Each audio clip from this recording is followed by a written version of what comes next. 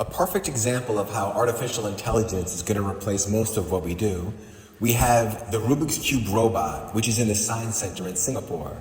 You mess up the Rubik's Cube, and then you put it in the slot, and suddenly the machine reads all of the colors, makes the proper movements, and before you know it, it's back to perfect. Is there anything that humans are going to be left to do in the future?